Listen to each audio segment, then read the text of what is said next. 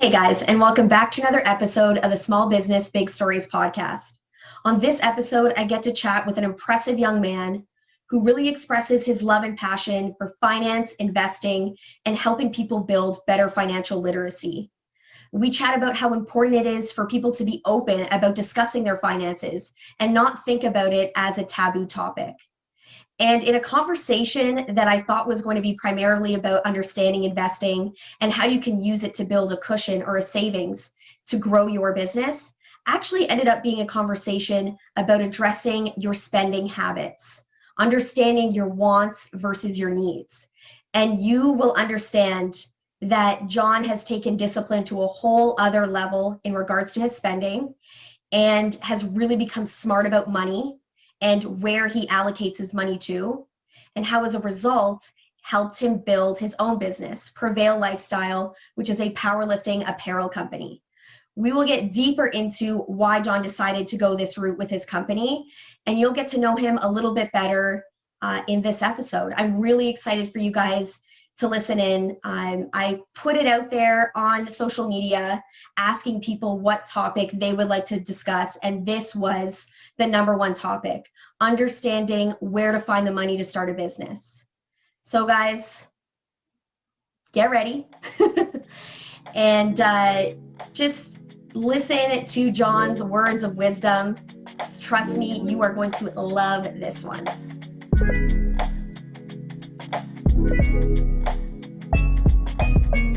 Well, hey, JR, it's really nice to have you on. Thank you so much for making the time. And do you mind if I call you JR or John? What do you rather go by? Of course, either one. Okay, awesome.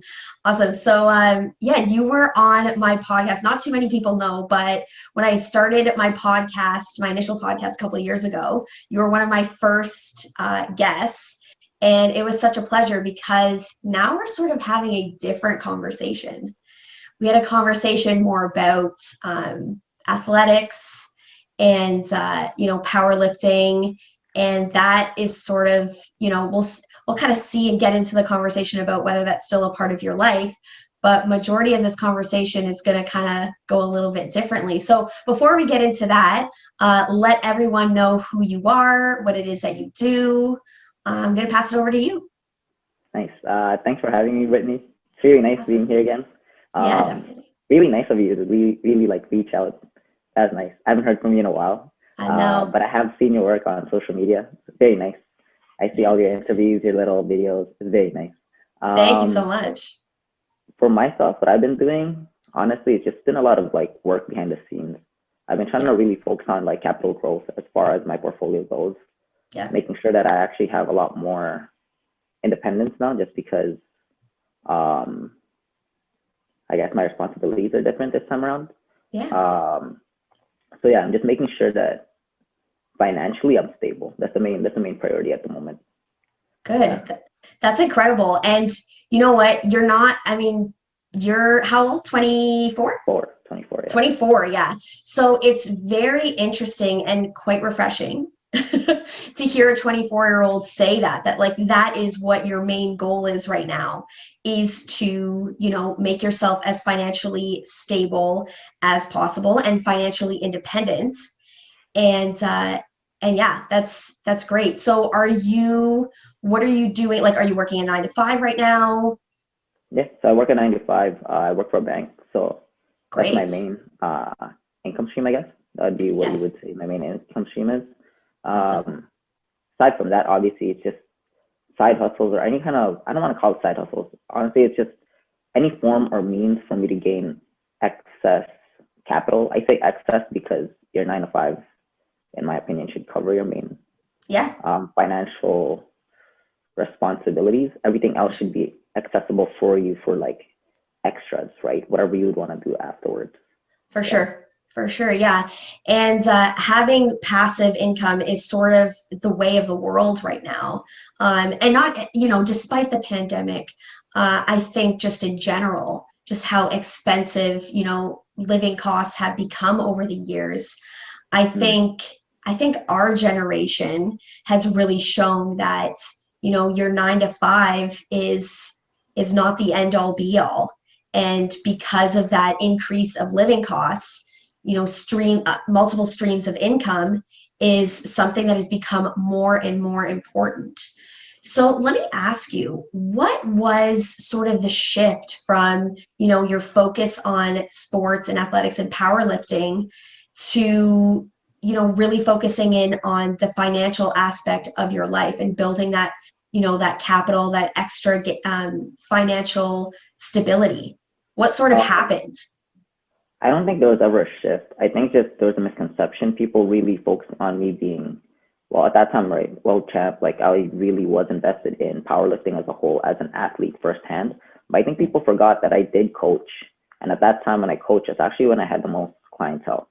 Yeah. That was the biggest turning point, I would say, if you call it turning point. But that's capital and financial income really was always my main focus. It's always been my main focus. I just never spoke about it or was more outspoken about it during that time. Yeah. It's only as of recent, because now people, I would say, are less, or it's not as taboo to talk about finances nowadays compared to what it was maybe a few years back. A few years back, if I talk to someone about investments, or if I talk to someone about let's say money, they would be pretty hesitant to talk about it, or they would want to close off the conversation very quickly. Now, a lot more people are open-minded to concepts of talking about let's say, I don't know, savings plans for your future, or just current saving plans for, let's say, activities now, or what you want to do in 5 years, 2 years, 1 year, what your plans are this year, what your capital, or what you even want to get with your portfolio, or what you're looking to do with your actual money right now, or what kind of, let's say, liabilities you have right now. People are actually more open to talking about that. Back then, no one really wanted to talk about how much they made or what they did, which I don't think it's a topic you should talk about in general, but it's behind closed doors. It's very open. It's a more open concept. People are willing to be more vulnerable now with their finances. And do you say that when you say people, are you talking more people in our age group, in their early 20s, late 20s, or you mean everywhere? Everyone. Yeah, everyone. Interesting. Everyone. Yeah. I think, you're right. It is a little bit of a taboo topic. You're always really hesitant to ask somebody how much they make, or along with how old they are, depending on who they talk on who you talk to. But yeah, finances is always something really hard, unless you're a part of that person's but even sometimes when you're a part of that person's family or really close circle, they don't want to talk to you about it, because I think it comes from, now correct me if I'm wrong, but it comes from a little bit of place of shame or embarrassment. If they feel like they're not at a certain level at a certain point in their life, then they're more hesitant to share that with you. Do you feel that? Yeah, I can see that for sure, because society's definitely placed us on a pedestal, or at least a hierarchy of where good and bad income is. But people forget to realize that income is just, how do I say this? Income by number doesn't really matter if your liabilities are not, if your liabilities are up to par with your income. It doesn't matter. It's all about take home at the end of the day. Yeah. Right. My best explanation of this: someone that makes 30,000 but has the liabilities of only take 2,000, living at home with their parents, they're taking home 28K by the end of the year. They're doing okay. Yeah. Versus someone that's doing let's say 70,000, and someone that's taking home only 5,000 at the year end because they're spending 65,000. You're only taking home 5,000. Yeah, you make more on paper. But what are you really taking home at the end of the day? What's your year end? I think people forget the bigger picture. They look too closely on the day-to-days, or if not how much they make per hour versus somebody. It's your year end, 5-year end, 10-year end. That's what you're looking at. Yeah. It's so interesting that you say that, because when you think about, when you do end up having these conversations and somebody does say how much they make, and if it is more than you, I feel like, oh man, they're able to have a little bit more financial freedom than I am. But you made such an excellent point. If their liabilities are a lot higher than mine, then really that's not the case. At the end of the day, they could be taking home the same amount that I'm taking home. Pretty much, yeah. So that's an excellent point to make. I know that you went back to school not too long ago. Was it specifically for more financial literacy or business oriented? Oh man, school's a weird topic, because not a weird topic. It's actually that I put I stepped into a lot of different fields that I wanted to try. Yeah. But realistically, I saw the industries and I didn't fall in love with the industry in the long term. Okay. So a few of them, the first one was actually avionics. So I was actually in aircraft maintenance. Ah, Tried it, loved the actual concepts of aircraft and how aircraft are being built, repairs. I love the mechanical aspects of it. The only thing was, as far as like job opportunities went, when I was looking into it, I didn't like the locations as to where it was, how far it was, where these places were if I wanted to change or even move into different, let's say, companies, right? okay.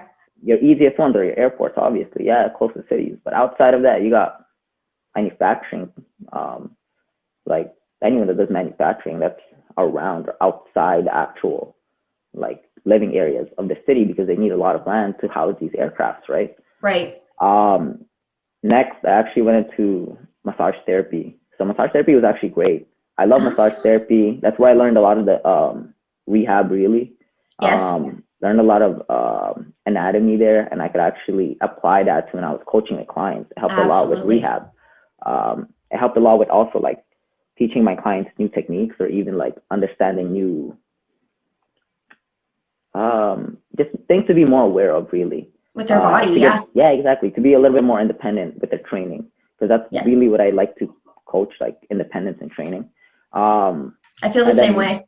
yeah. Yeah. And then next, I went into accounting. Actually, accounting is something I wanted to finish, but due to like personal situations, I didn't get to finish that. Okay. That was actually really, really good for myself because I felt like I took it because with business in itself, I'm very hands-on.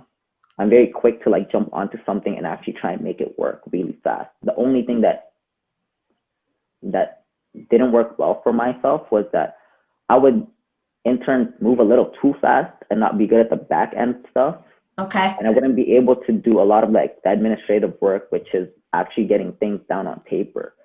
I always had to either hire out or find someone to help me do that. But at the end of the day, if it is your business, you have to be diligent with everything. You have to know all sides of like of it, right? You need to know all your corners and you have Yeah, to cover bases. Yeah. you make such a good point. I was actually having this conversation with somebody the other day, and they were very adamant on the fact that, like, if you don't know something about your business, you should, hire an expert. You should consult an expert about it. But it's good to at least have the basics of the different aspects of your business, whether it be, whether it be marketing or whether it be the accounting aspect, especially when your business starts to grow, there are certain things that you'll be like, maybe I should consult somebody who's a little bit more of an expert in this specific field, like accounting, like PR, whatever it may be. But I like what you said there, where it's like, it's good to have, the knowledge of these different aspects because I mean, there's a lot of things that happen in business where people try to take advantage of you. Like even these 100%. experts, try to take advantage. But it's also just good to know these different aspects because you don't know where that could take you in your business. If Exactly. you really get a hold of the knowledge of what it takes to grow your business, then you can sort of build these different branches of your business, right? And you can confidently walk into, whatever sort of meeting, if you're pitching your business or whatever it may be, and be able to speak from different aspects. So, and, consulting others who are not or who are more of an expert in that field, I don't see anything wrong with that. But you having at least the basics of those different aspects, I think is really key. So yeah, that it's so great that you mentioned that because yeah, and I mean, like even the steps that you took to kind of get to where you are, you did a little bit of dabbling, and do you feel like now you've reached a point where finance is where you want to stay and where you see sort of you building your future with? Yeah, I'm gonna answer that question too, but I think I want to add on to your last point there For too. sure. I don't think it's more so um, negating the fact that someone can really chip you during a business deal or even like making sure that you have the upper hand in a business scenario. It's Yes. more so, I think, for my stuff, it's just being able to be knowledgeable enough to ask the right questions. Because in this day and age, Yes. you really don't know anything until you can ask the right questions. It doesn't matter how open-ended the topic is. You have to know which questions you're asking to even get the specifics of what you're looking for. Because you could keep Googling whatever you want to keep Googling, but like unless you're Googling the right specific like question, you're not getting the right answers that you're looking for, right? You're always just going to get general answers all the time. And it's the nitty-gritty things that actually make the changes in that. It's those little like finer details that give you the actual specificities of what you're looking for. But as far as finance and what that goes with, I like finance a lot. I like working with money. It's definitely very fun. I like working with wealthy clients. That's my thing. I like talking to clientele. It's just different. It's a different atmosphere for it, and like understanding how.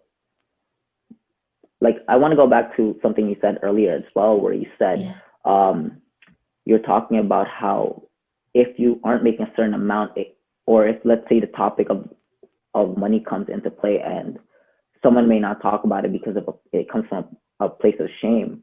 Yes. It's something that I've learned, like coming from the bank, like working from the bank. Yes. Do you know how much like the 1% make? Because it's pretty high, but at the same time, it's nothing. Like in the bank, you'd be surprised how many people walk in with over like 500,000 in their account, but that's still considered nothing. How? How? Like, I guess just the way that they're living their life. Not even that. Think about it like this: you can liquidate a 500,000 in a year if you wanted to. Yeah. Not generational wealth. Ah. Yeah, that's not gonna last you a lifetime. It can, if you're very diligent with your money. Of course, it can. Absolutely. Right, but at the same time, you have fear in your hands. Unless you're in the millions, which is even coming from clientele that we have, like even if you're in the millions, you're still scared. In this day and age, there's nothing to be ashamed of, like with your income at any point. To me, if you're working and you're actually creating a constant income or something is coming in, it doesn't matter if it's a constant income or not. If you're working and you're getting some kind of cash flow in to at least help you within your situations, you're fine. You're above like the average, in my opinion, because it's hard to find work in general. You know, like people are fortunate to be working. So I don't think absolutely. Especially right now. And thank you for that perspective, because I think it's true. I think if you're working your butt off, it goes a long way, no matter how much you're making. If you are working your butt off and you are enjoying what you're doing, or you're providing for your family, then a lot of times, like, there's no greater joy than that. I was like, just to sort of do a little spin-off to this conversation about, having really wealthy clients and that not really mean a lot. It kind of begs the question, like, money doesn't really necessarily bring happiness, or doesn't necessarily bring security. Because security is your habit. Your habits create security. It's how you handle situations around you. You could have $0 and still be wealthier than the next person. It's because you know how to make that next $5. That's pretty much it. It's how your habits work. Interesting. Right. Yeah. No, you're right. You're right. If you're making a lot of money and your habits are like, well, as soon as you see that money is flying right out of your accounts, then you really have nothing to show for it.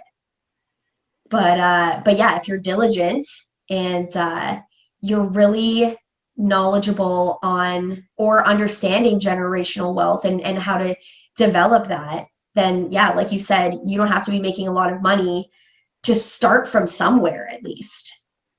So another sort of aspect that you're showing, or at least that I've seen a bit of on social media, is investing, and how you've been personally going and venturing into that. So speak to that a little bit. Tell me how that sort of started. What sort of, drove you into that direction? What have you sort of discovered through investing?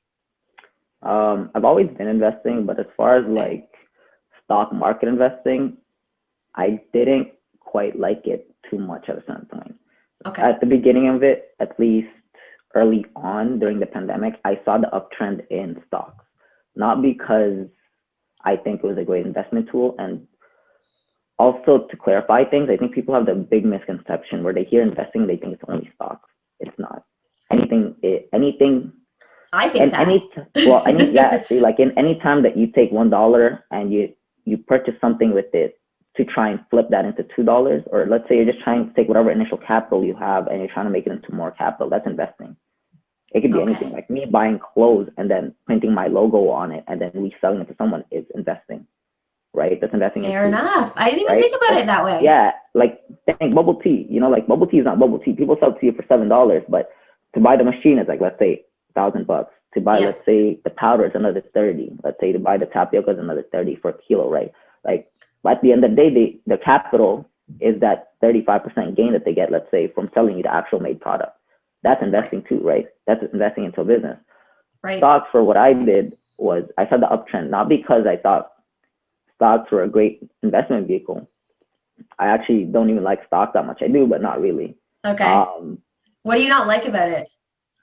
It fluctuates too much, and it's dependent on the market in itself, and it's dependent on the investors in itself. And I'm not talking about the regular investors at the bottom, which is, there's a lot of them, but they're easily influenced by the people up top who hold the large amounts of shares. It's a trickle down, like it's a hierarchy, and it trickles down very easily. You can have big brokers like liquidating a stock easily within a day, especially in penny stocks, which is what I focused on. So for myself, so unpredictable. It is. It's not. How do I say this? If you're hoping to get rich off of stocks like quickly, it could happen if you're lucky. Many cases of that, AMC, GameStop, Dogecoin or Dogcoin, you know, a whole lot of it.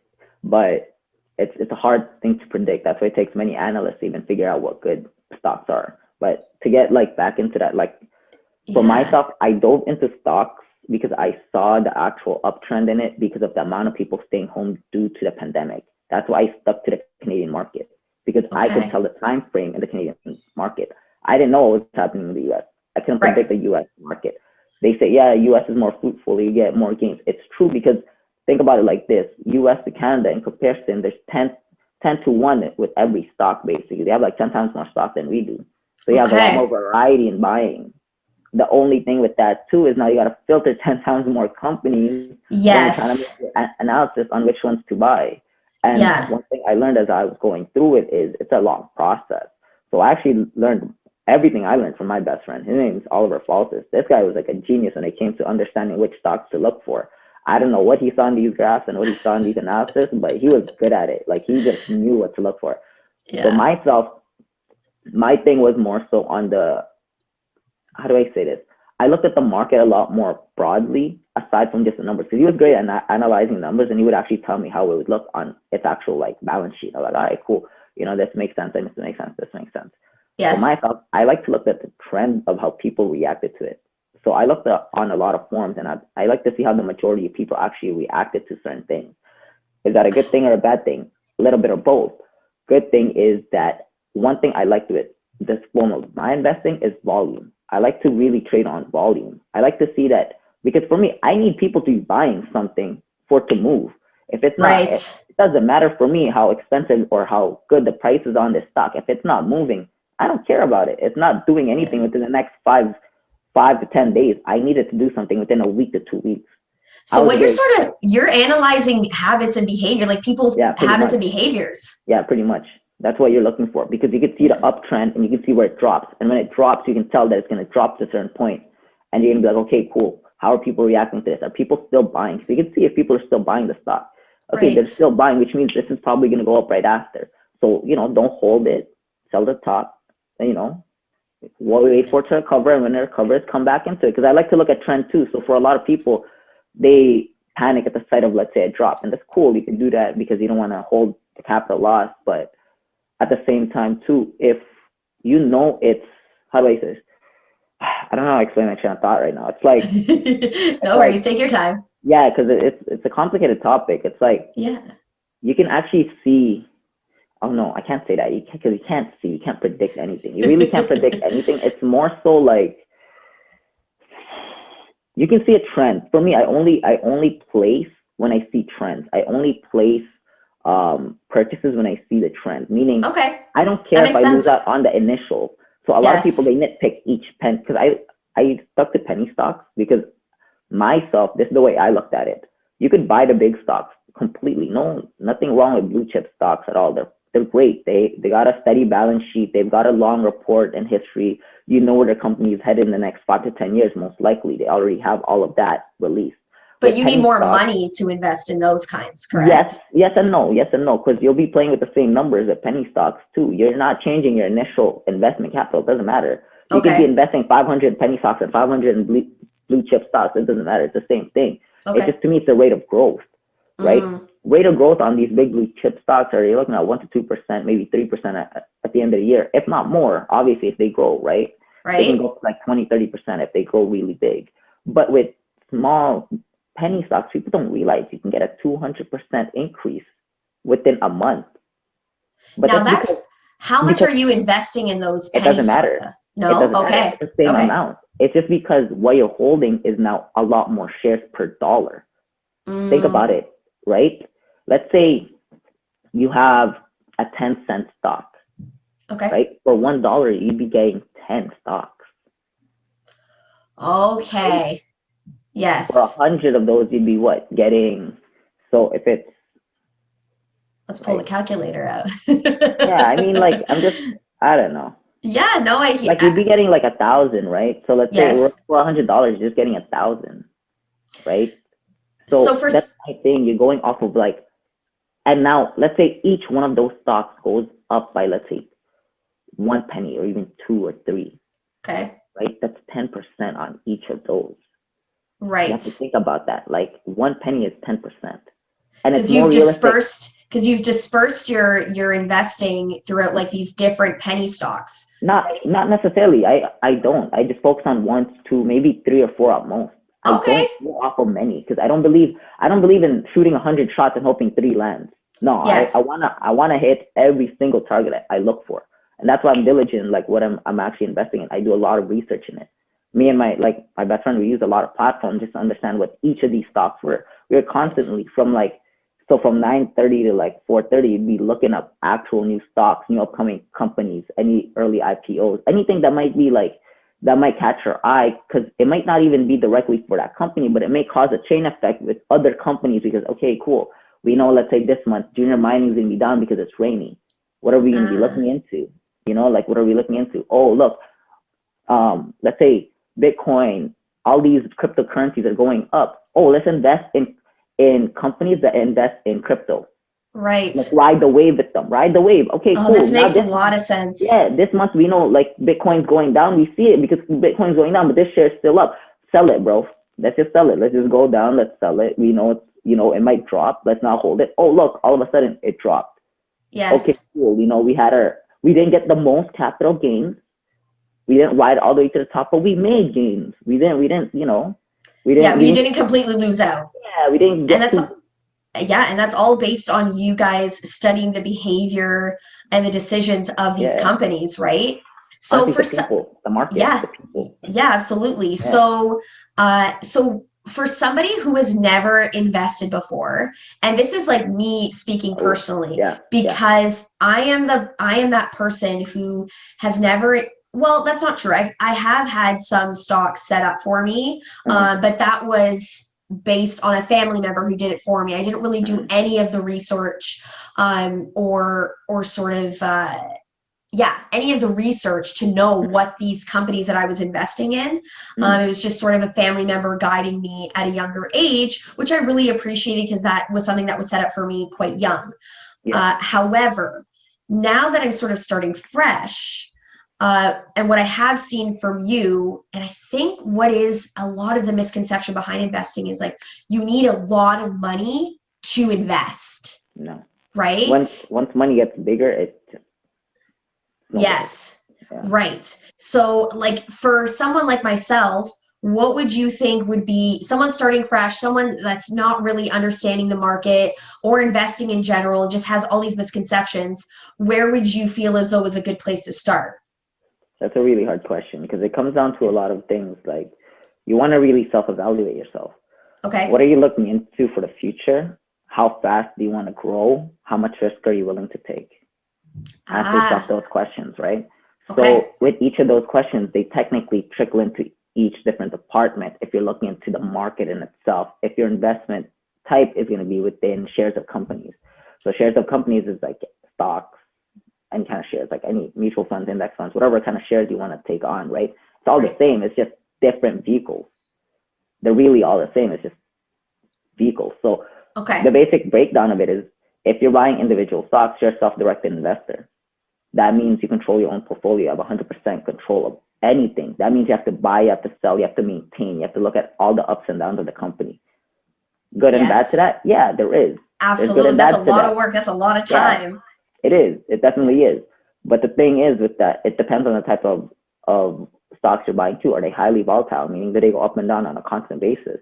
Right. You know, is there a lot of volume? Is there a little bit of volume? Sometimes having a little bit of volume is actually good. That means it keeps its steady pace in its price range, right? That's a good thing. Sometimes you don't want it to go too expensive, like too fast, because if it grows too fast, you know there's going to be a downfall, because all the investors that got all that money really fast, especially early on, will want to sell off, take their profits, and that's where the big drops come in, because those are the guys that are holding the big amounts of shares, right? Yeah, and influence. You don't want it to go too fast sometimes either. That's also a bad thing. So that's risky but good, right? That's why it's so confusing. This is just individualized stocks now. Let's say you don't want to take care of your own portfolio. My first suggestion is always talk to a financial advisor. Go seek your own financial advisor. Right. And I'm not talking about just going into your bank and talking to some random. You could talk to many randoms. Find someone that genuinely cares about you. Someone that genuinely cares about your personal incentives. Tell them you want to grow your wealth. You want to grow your portfolio. You want someone to help guide you to the right directions in these constant steps within the next few years, because wealth isn't grown overnight. Just because you bought a stock doesn't make you rich overnight. It won't. You have to take time over time to build your wealth, again, through habits, right? Being diligent with what you're actually buying. So the second part with that is, if you're with an advisor and let's say you want someone else to take control of your stocks for you, right? There's multiple ways to going about that, but let's go with the most common. You can get mutual funds. Okay. Mutual funds are usually, how do I say this? I don't want to say controlled, but it's a basket of funds usually bought by a company, and you're reinvesting into that same mutual fund that the company bought, right? Like each bank usually has their own mutual fund of stocks that they buy.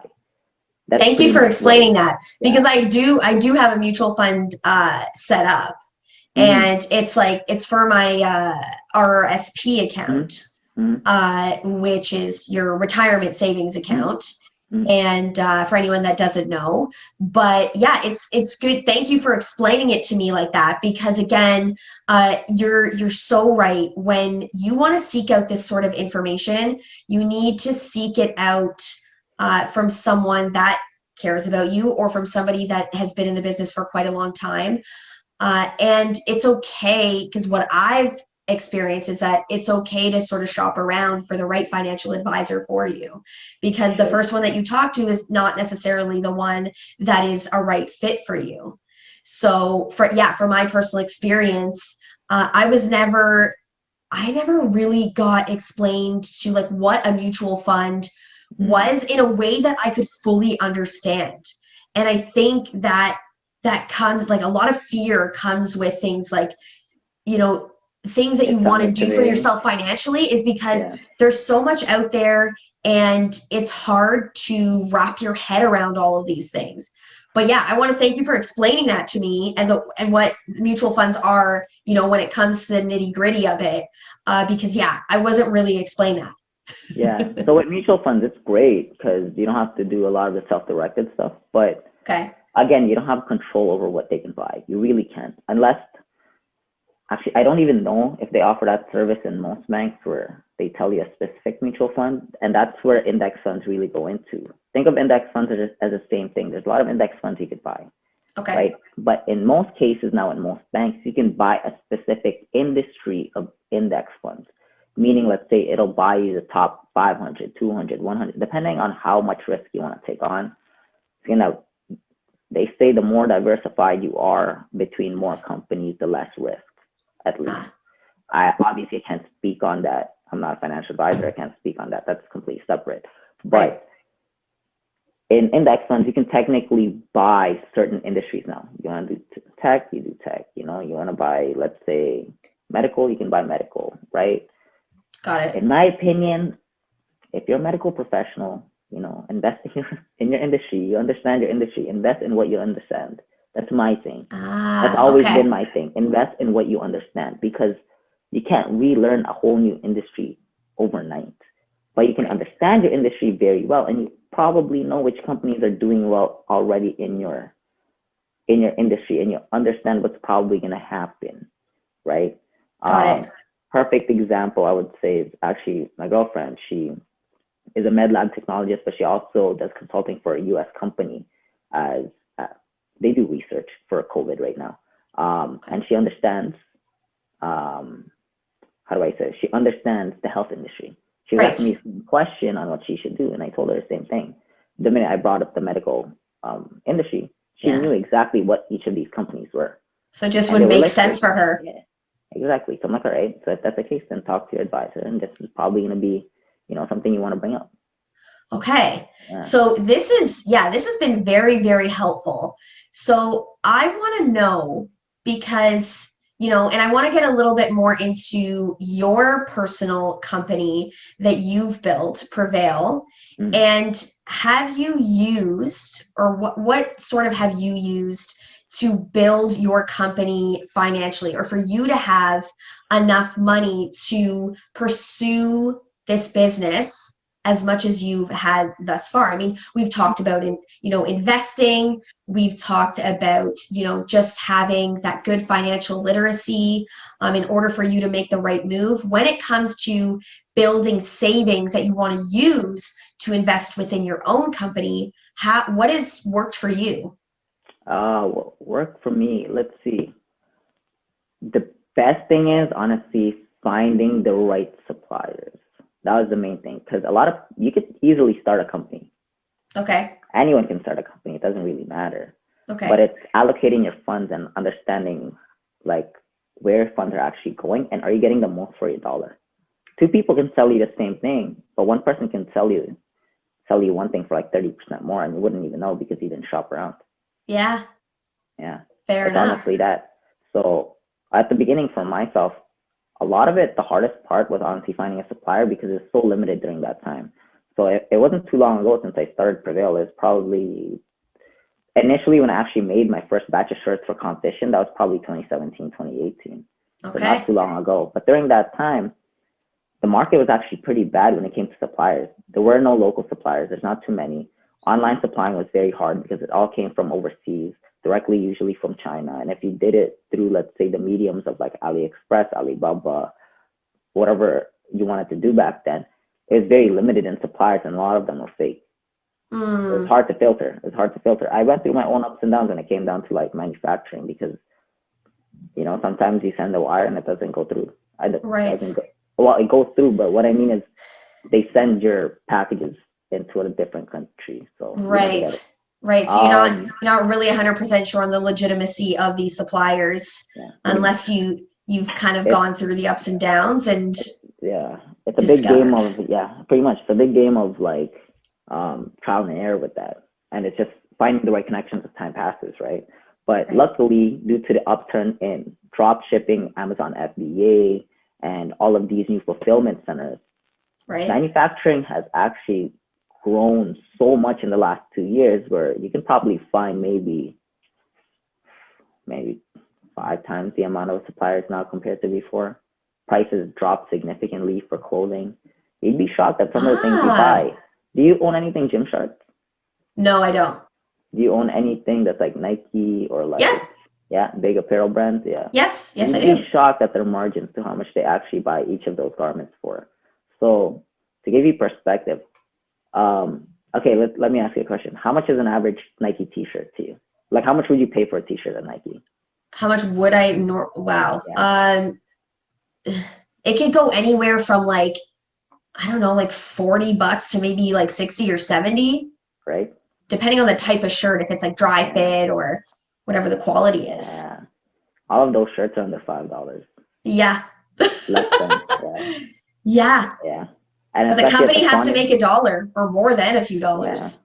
because especially with the large scale of like the amount that they're buying, their bulk amounts, it's very cheap, very, very Right. cheap to make those. But again, that's not where pricing comes from. Pricing comes from the marketing aspect. Remember, they have to pay for marketing to just market that product, That's right? very That's true. into, yeah, their shipping, right? Their branding. There's a lot of things that go into pricing. So it's not just the price of the product. For sure. But that's one thing I learned though. Like, so for myself, I funded everything just for me. Like you had Prevail you had money piggy like bank. saved away. Was this Yep. like as a result of investing and you just like had this lump sum now? Or was A it little bit some of other both, a little financial? bit of both. So what I always Okay. did was I never really, how do I say this? I never really was like, oh, I'm gonna dedicate this much money in 2 years. I'm gonna put out into it. No way. Like for me, it was just like I saw the market opening. At the Okay. time when I opened Prevail for competition, it was only because I had a lot of clients that wanted to compete, and they're like, hey man, I want to wear a shirt on platform, but I don't want to wear it at these other companies. No, they want to And represent you. yeah, so then I started to get it a little bit more and more. I made one shirt, and then people were like, yo, like I want one too, I want two, I want two. So okay, cool. Let me try and make a batch. So I made a batch, this and that. Took that money and just started making new other stuff. Like made Right. some hoodies. I made a lot of private sales. That's the one thing I like because I like private sales where it was like cash on hand. Ah, And okay. that's I was one gonna thing. ask you, I was like, what do you mean private sales? Yeah. So that's the one thing you want to really learn in life is the power of leveraging with cash. You want to leverage your Okay. cash a lot. It gives you a lot of like buying power. Okay. Think about it like this: if you give someone cash today and you tell them, "Hey man, I'm gonna buy this from you," let's say it's worth 5,000. You give it to them and you're like, "Yeah, I'll give you 3,000 today."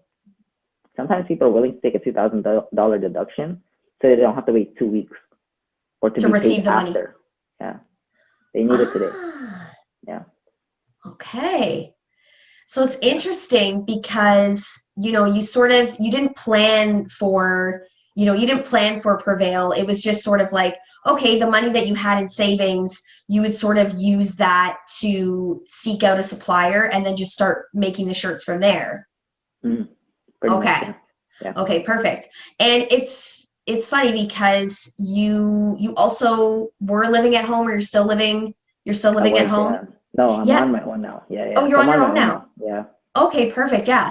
But I don't know. People have this misconception about like living at home because I know for a while that you were, but I mean, you know, especially the younger generation, it's like we got to take more advantage of those opportunities. If you're For able sure. to live from home, which it feels like you definitely did, take advantage of the times where, you don't have to spend money in certain areas. Like, for example, paying like high Toronto rent. Mm-hmm. Even if you were giving your parents some money, Mm-hmm. it's different when you live with parents Mm-hmm. for a lot of times, and you may have to pay a little bit of rent or whatnot, or help out around the house. I'm not 100% sure of what your situation is or was, but I always tell people, especially like the younger 20 somethings, if you have the opportunity to save money in certain areas, for example, like you get to live at home and you pay like a fraction of some rent, or you help out with groceries, like use your paycheck and like save and really use your money wisely, because it will help you to build, down the line when you want to set aside some money and build your own small business, whether it be a physical product, something tangible or non-tangible. You'll have something to start up, a website, or set up your suppliers like you were mentioning. I think it's about like being really smart with your money, and I feel like our whole conversation has really been about that, where it's about making smart decisions with your money, no matter how wealthy you may think someone is, or how you think someone is not making a lot of money. Doesn't really matter, because if neither one of them are smart with their money, or if someone who's not making a lot of money is smart and the person who is making a crap ton of money is not smart, then yeah, that deciding factor, your habits, like you said, will really decide on your financial gains, and having that sort of cushion per se to know that like, okay, I feel a little bit secure. I feel okay. And if I want to take that risk, you know, I can take it because I've been smart with my money. For sure. And I think you're a great example of that. Oh, thank you. Yeah. I don't know about that, but that's really nice. But for myself, the way I look at it, if you do live on your own or you choose to live on your own, it's not so much so, or you shouldn't really be thinking about the rent you're paying in a sense that, oh my God, it's so expensive, or I could have been staying home and saving so much money. There's benefits to both sides. For myself, the way I look at it is that if you do live on your own, like you mentioned, it's different than living at home. You are investing in your own independence. And that's the one thing that you can't learn when you're at home. Even learning how to cook, learning how to clean after yourself, like learning how to just maintain your space around you without, let's say, a mom or a dad constantly nagging you to do it, right? You're working on you turning into an adult. That's really what it is. And I think the earlier you get to do that in life, the more beneficial, because you learn a lot of the lessons you should have learned or are going to learn later in life early on. And so you can make those mistakes early than like later on in time. So for myself, like I like my situation because at least at this point, like I'm learning all the ups and downs of, let's say, living on my own. Yeah. You know, it's lonely at times. It's lonely for sure. Like it's because you're how do I say it? It's so quiet, but it's so peaceful. What I love. It is. It's what I love. It's so peaceful because then you can finally be in your own headspace. And I've never really had that time where when I was living at home where I was in my own headspace and was able to actually fully think. And here, like you can set up your space to how you like it. Here, I have an office. I get my own space. I have my own little space where I have like all my equipment and all the clothes that I have. I can just make this into like my messy room. The messy room. The creative space. The creative space. That sounds better. Let's go with that. But yeah, this is where I get to test everything. This is where I finally get to just do what I want to do, you know? Yeah. And to like its own tax write-off. That's good. Got its own benefits. That's very true. You know, when you do have your own business, a lot of things you can write off for sure. Almost everything. Yeah, actually, like your internet, your anything that you use within your house. If you're running your business within your house, justify that you use for business. Yes. That's really the word to it. Anything you can justify that was used for business. Yeah, absolutely. And that's something that I'm learning as well is, you know, other things that come along with being a small business owner and really being in charge and taking charge is understanding all of these aspects, whether it be, you know, taxes, whether it be what would be the best, you know, move for me in terms of the image of my brand, as well as a good financial decision that I'm making. Is it going to, there's some risk in it. There definitely is some risk in it. 100%. Because you're really putting yourself out there. But I think what I've gained from this conversation with you is that continuing to, you know, learn, especially in that financial literacy world and building that can build a framework for a really, really successful life. You know, if you build good habits with your financing, you build good habits all throughout your life, you know, and in what you're able to do with these amazing habits that you've built can grow wherever you want it to, wherever you want to take things to. But as long as you can come back to those habits, that's what sort of, especially when you're building your business, that's where you can sort of find that stability in the risk that you're taking and starting your own business. Does that make sense? Yes, exactly. Yeah. So that's something like that actually makes a lot of sense to me too, because I don't believe in, how do I say it, chasing numbers with your income. Because to me, it doesn't matter to how much you really make. Well, obviously it does. Okay, how do I say this? It's not that it doesn't matter to me. It's just that the numbers at year end doesn't really reflect on how wealthy you are, again, like I said. Right. Because for me, life is about extravagancies. How extravagant do you want to be at the end of the day, right? If you can actually maintain your own lifestyle while still upping your income on a regular basis, you're winning, right? You Yeah. understand how much your liabilities are at a cutoff period here, while everything else is still growing. But if your liabilities are growing the same time at the rate of your income, you're not moving.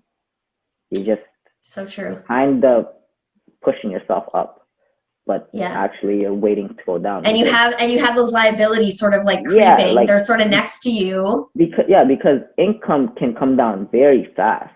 It can come down faster than liabilities can go down. Liabilities don't just go away overnight, Right. but your income can.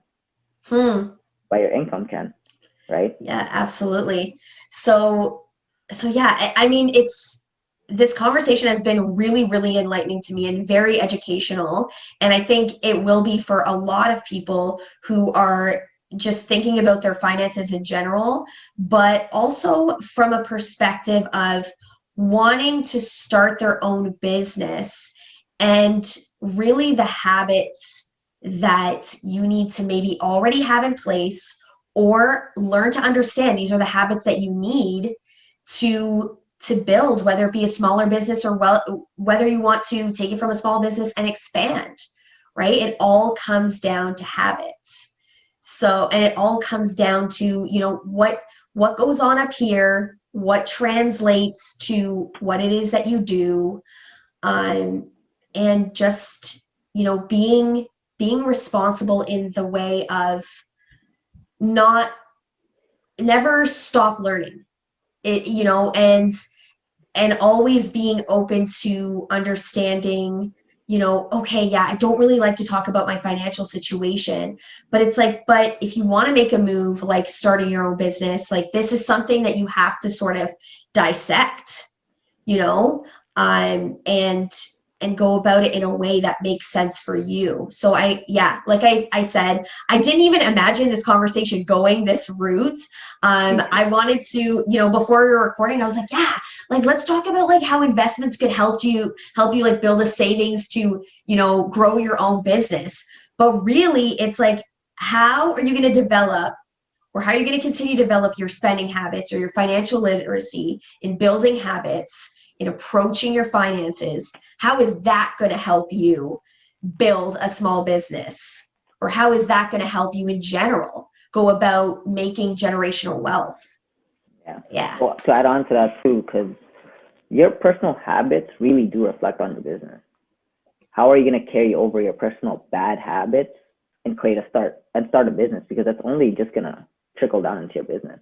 Mm-hmm. Your business is going to have the same follow up in its financials, right? Just because you start a business doesn't necessarily mean you're clear and good, Like Absolutely. you gotta carry over what you have there and bring it over to your business.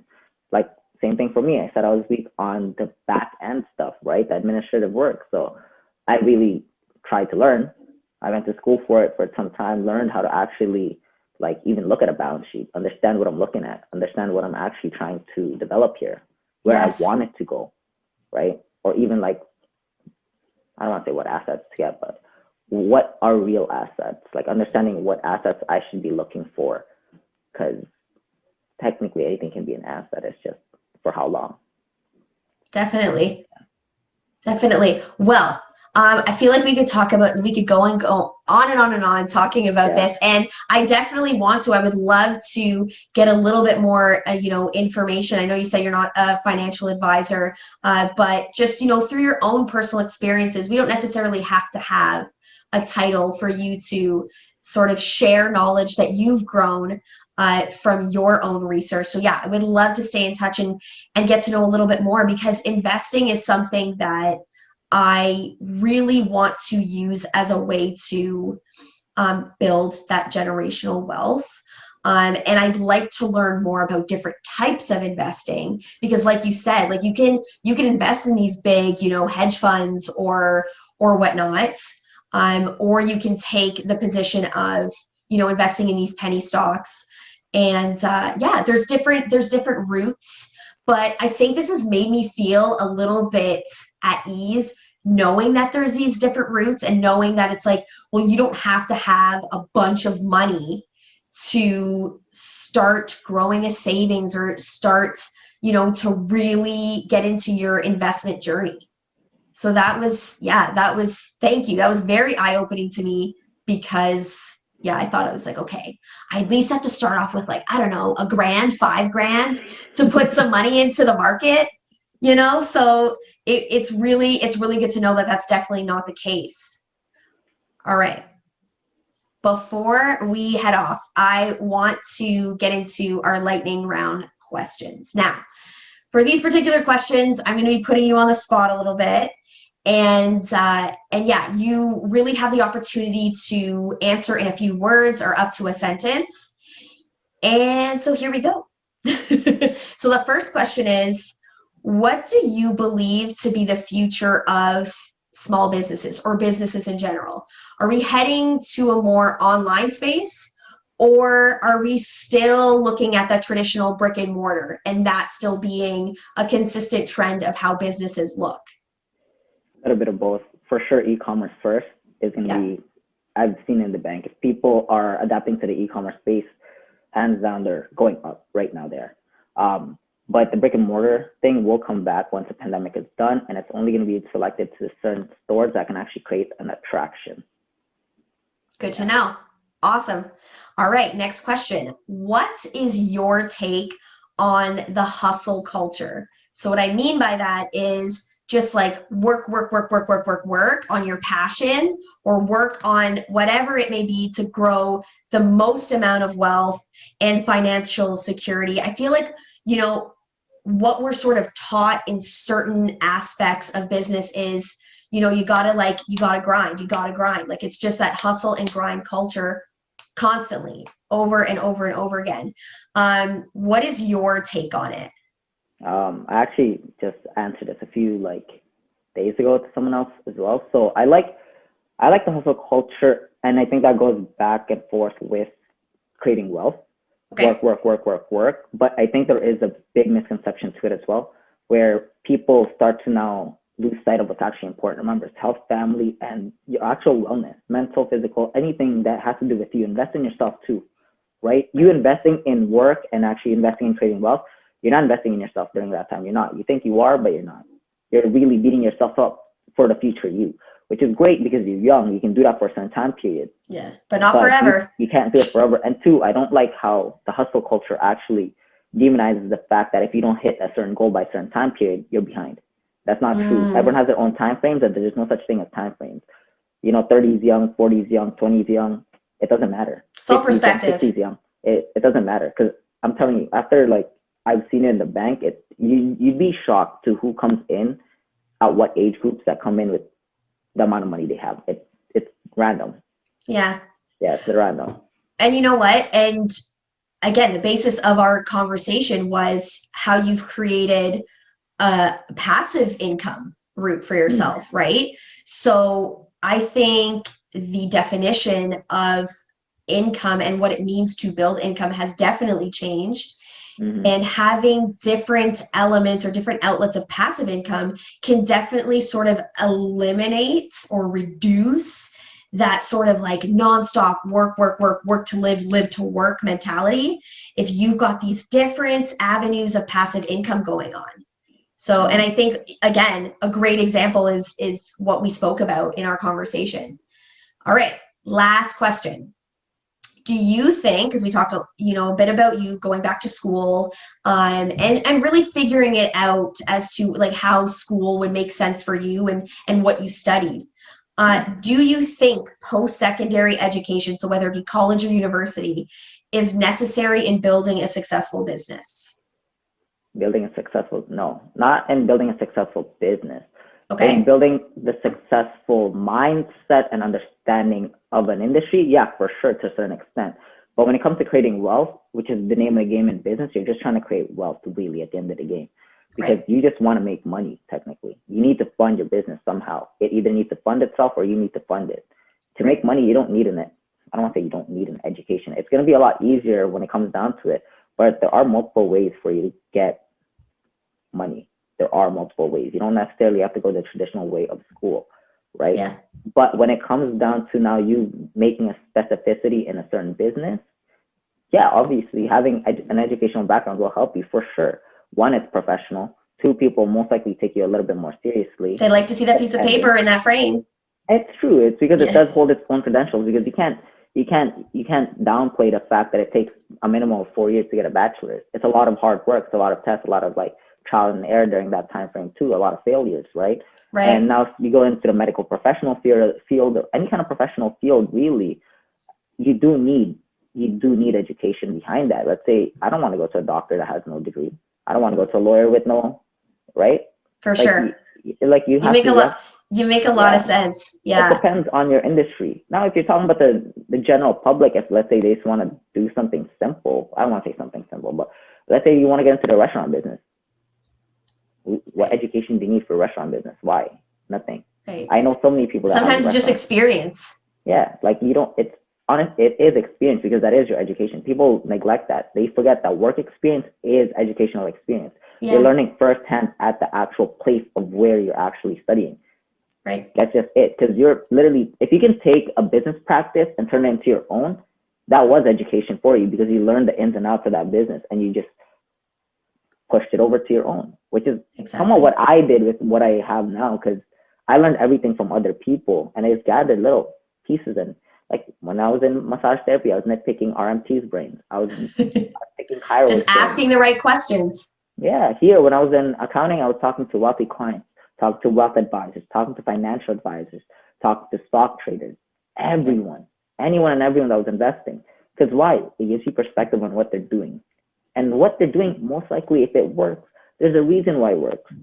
Why are you going to try and like negate the fact that what they're doing is wrong?